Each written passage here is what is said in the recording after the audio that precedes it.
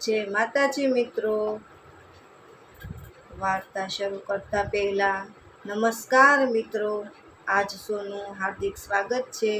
આજે હું તમને એવી એક પ્રેરણાદાયક વાર્તા સંભળાવવા જઈ રહી છું જે આપણને મનુષ્યના સાચા સ્વરૂપની ઓળખ કરાવે છે। વાર્તા ગમે તો વિડીયોને લાઈક, શેર અને ચેનલને સબસ્ક્રાઈબ કરવાનું ભૂલશો નહીં। એક ગામમાં મોહન નામનો ધનવાન વેપારી રહેતો હતો। તેની પાસે ઘણું ધન, મોટી હવેલી અને અનેક નોકરીઓ હતા। ગામમાં લોકો તેને ખૂબ જ માન આપતા। મોહન જ્યારે પણ બહાર નીકળે ત્યારે લોકો તેની પ્રશંસા કરતા। મોહનને લાગતું કે લોકો તેના સારા સ્વભાવ માટે પ્રેમ કરે છે, પરંતુ હકીકતમાં ઘણા લોકો તેના પૈસાને કારણે તેની આસપાસ રહેતા હતા। તે જ આ ગામમાં રામુ નામનો એક ગરીબ માણસ રહેતો હતો। તે મહેનત કરીને પોતાનું ગુજરાન ચલાવતો। પૈસા ઓછા હતા પણ દિલ ખૂબ મોટું હતું। કોઈ ભૂખ્યું હોય તો પોતાનો ભાગ પણ વેચી દેતો। એક દિવસ ગામમાં એક મહાત્મા આવ્યા। ગામ લોકો તેના દર્શન કરવા ઉમટી પડ્યા। મોહન પણ ગયો। મહાત્માએ કહ્યું, માણસનું અસલી સ્વરૂપ ત્યારે બહાર આવે છે જ્યારે તેની પાસે શક્તિ, સંપત્તિ અથવા મુશ્કેલી આવે।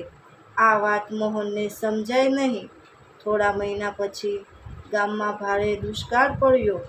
ખેતરો સુકાઈ ગયા। પાણીની ભારે અછત સર્જાઈ ગઈ।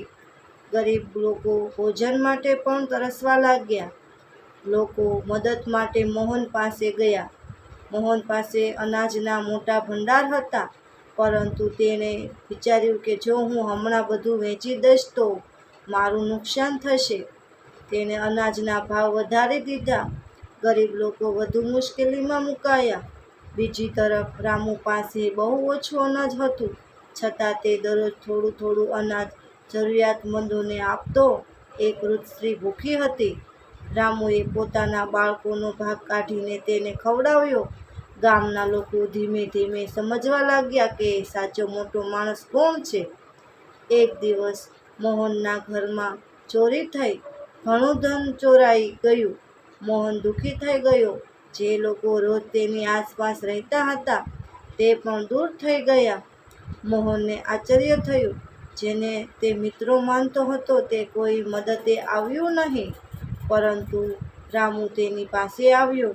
તેણે મોહનને સાંત્વના આપી અને કહ્યું, ધન ફરી મળી શકે છે, પરંતુ સારા કર્મો અને સારા સંબંધો સૌથી મોટું ધન છે। મોહનને પોતાની ભૂલો સમજવા લાગી। થોડા દિવસ પછી ગામમાં પૂરની સ્થિતિ સર્જાઈ। ઘણા ઘરો તૂટી ગયા। આ વખતે મોહને નક્કી કર્યું કે તે લોકોની મદદ કરશે।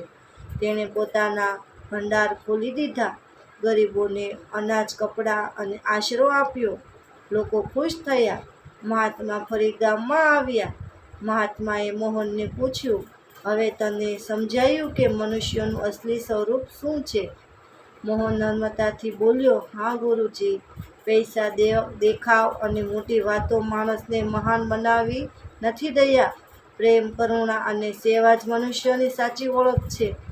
મહાત્મા સ્મિત કરીને બોલ્યા, જે મનુષ્ય બીજાના સુખમાં સુખી થાય અને બીજાના દુઃખમાં મદદ માટે આગળ આવે તેનું સ્વરૂપ દિવ્ય બની જાય છે। તે દિવસ પછી મોહન બદલાઈ ગયો। તેણે પોતાના ધનની સાથે પોતાના હૃદયના દરવાજા પણ ખોલી દીધા। ગામમાં હવે લોકો તેને ધનવાન તરીકે નહીં, પરંતુ સારા માણસ તરીકે ઓળખવા લાગ્યા।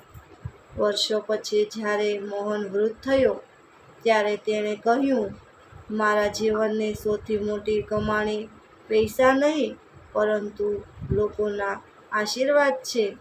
આ વાર્તા ઉપરથી મિત્રો હું એટલું કહેવા માંગુ છું, મનુષ્યનું અસલી સ્વરૂપ તેના કપડાં, પૈસા અથવા દેવામાં નથી। તેનું અસલી સ્વરૂપ તેના કર્મો, તેના સ્વભાવ અને તેના બીજાનો પ્રયત્નો, પ્રેમમાં છુપાયેલું હોય છે। જે મનુષ્ય દયા, કરુણા અને સેવા કરે છે તેના જ સાચા અર્થમાં મહાન મનુષ્ય છે। જય શ્રી રામ, હર હર મહાદેવ। મળશું એક નવી વાર્તા સાથે। બધાને જય માતાજી।